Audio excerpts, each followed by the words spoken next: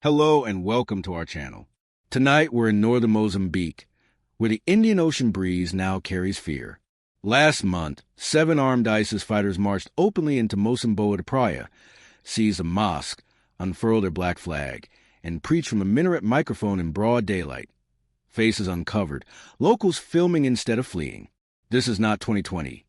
This is 2025, and the jihadists are back, bolder than ever, because a lifeline that once held them back has been cut. In January, President Trump signed an executive order that effectively killed USAID. Overnight, $586 million, 3% of Mozambique's entire GDP, vanished. Food distribution stopped. Clinics ran out of medicine. Jobs programs for motorcycle taxi drivers and fishermen collapsed. The vacuum was instant, and ISIS filled it.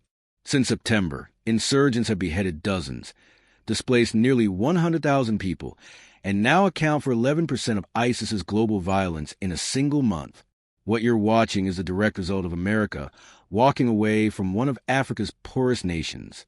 This is the story of how aid cuts became blood in the sand. Cabo Delgado was already bleeding. For 8 years, a local ISIS affiliate has been waging war in this gas-rich province. Villages burned, children kidnapped, head displayed on poles. In 2020, they captured Mocimboa da Praia for a full year.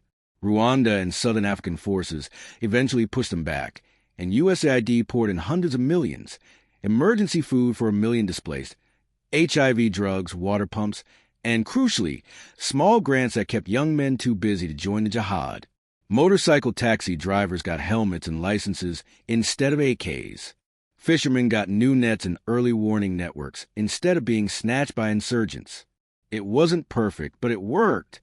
Former USAID officials told CNN, the insurgency is rooted in extreme poverty and total lack of services. When the money stopped, the programs died, and despair became the best recruiter ISIS ever had. The human cost is everywhere. In Mocimboa da Praia's hospital, wards are half empty because patients have fled again. Painkillers and anesthetics are gone. 15 staff were laid off the day funding ended.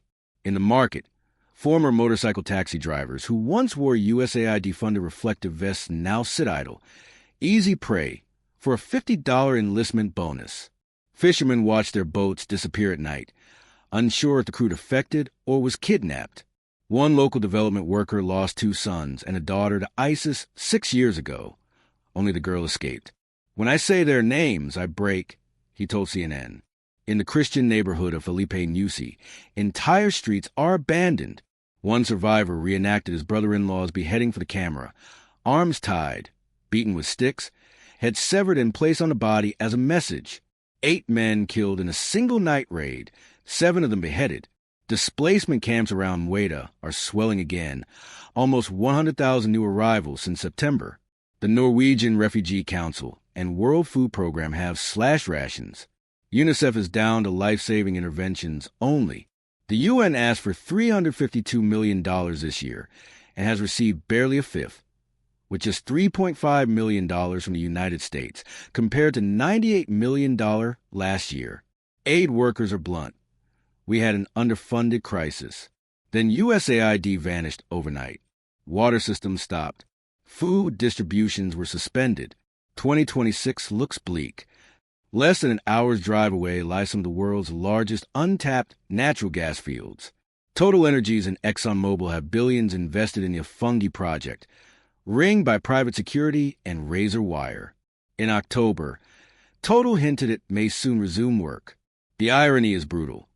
America cut aid to the starving province, but loaned $4.7 billion to the Export-Import Bank to bring U.S. contractors to the gas plants.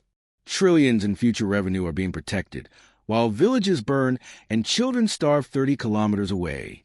The State Department insists it still provides some humanitarian aid and that programs are under review for efficiency. But on the ground, former USAID officials are unanimous. The abrupt end created a vacuum that ISIS is exploiting with terrifying speed. ACL data shows 79% of ISIS's global activity this year has been in Africa, and Mozambique just hit an all-time high. This is what happens when you pull the plug on counter-extremism in one of the poorest places on Earth. The black flag rises where the aid trucks use a roll. We'll keep tracking every development from the camps to the gas fields. Subscribe and hit the bell, because this crisis is only getting worse, and the world needs to see it. Stay with us.